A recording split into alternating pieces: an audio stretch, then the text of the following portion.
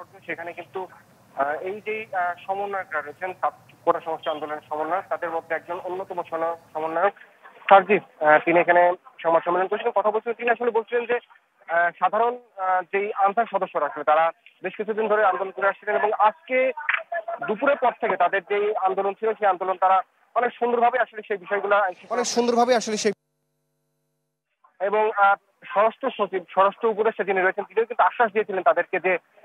তারা একটি কমিটি গঠন করেছেন এবং কমিটি গঠন করে তাদের যে দাবি সেই দাবির বিষয়ে তারা কাজ করবেন। কিন্তু আনসার সদস্যরা কিন্তু তাদের সেই দাবি থেকে আসলে সরে এসেছিলেন এবং সেখান থেকে তারা বিষয়টা সহিংস হয়ে উঠেছিলেন এবং এই সার্জিস এবং আরেকজন সমন্বয়ক হাসনাত আব্দুল্লাহ সহ বেশ কয়েকজন কিন্তু তাদেরকে বোঝাতে গিয়েছিলেন এবং সেখানে কিন্তু সচিবালয়ের গেটে তাদেরকে কিন্তু অবরুদ্ধ করে রাখা হয় এবং এই সমস্ত আনসার সদস্যরা কিন্তু বিক্ষুব্ধ হয়ে তারা কিন্তু সচিবালয়ে ভাঙচুর চেষ্টা করে। এই খবর পেয়ে আসলে সাধারণ শিক্ষার্থীরা যারা এখানে রয়েছেন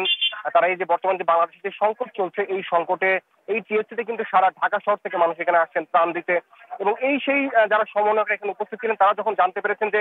সচিবালয়ে তাদের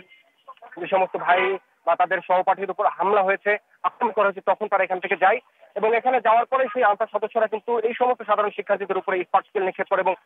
তাদের বক্তব্য মতে, সাধারণ শিক্ষার্থীদের বক্তব্য মতে তাদের প্রায় 60 থেকে 65 জন বন্ধু আসলে তারা ঢাকা বিশ্ববিদ্যালয় এবং আশেপাশের বিশ্ববিদ্যালয়ের শিক্ষার্থী, তারা ঢাকা মেডিকেলের চিকিৎসাধীন রয়েছেন এবং অন্যতম যে সমন্বয়ক হাসনাত আব্দুল্লাহ তিনি কিন্তু এখন পর্যন্ত চিকিৎসাধীন রয়েছেন। তো এখানে সার্জিস যেটা বলছিলেন আসলে তাদের যে দাবি দেওয়া ছিল তারাও কিন্তু সেই দাবি দেওয়ার সাথে তাদের একাত্মতা পোষণ করেছিলেন এবং তারা বলছিলেন যে হ্যাঁ তারা সেই দাবি দেওয়াগুলো বিশেষজ্ঞ দেখছেন এবং সেই দাবি দেওয়াগুলো মেনে নেওয়া হবে। কিন্তু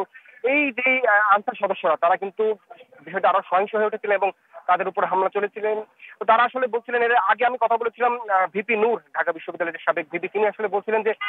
এই অন্তর্বর্তীকালীন সরকার গঠন করার পর থেকেই যারা আসলে সাবেক ক্ষমতাসীন ছিল আওয়ামী লীগ বা তাদের ছাত্রলীগের সংগঠন, তারা কিন্তু বিভিন্নভাবে এই সমস্ত আনসার সদস্য বা যারা আসলে বিভিন্ন দাবির প্রেক্ষিতে আন্দোলন করছেন তাদের সাথে মিশে এই সরকারকে উৎখাত করতে চায় এবং তারা কিন্তু একটি অস্থিতিশীল পরিস্থিতি তৈরি করতে চায় সুস্মিতা, যার কারণে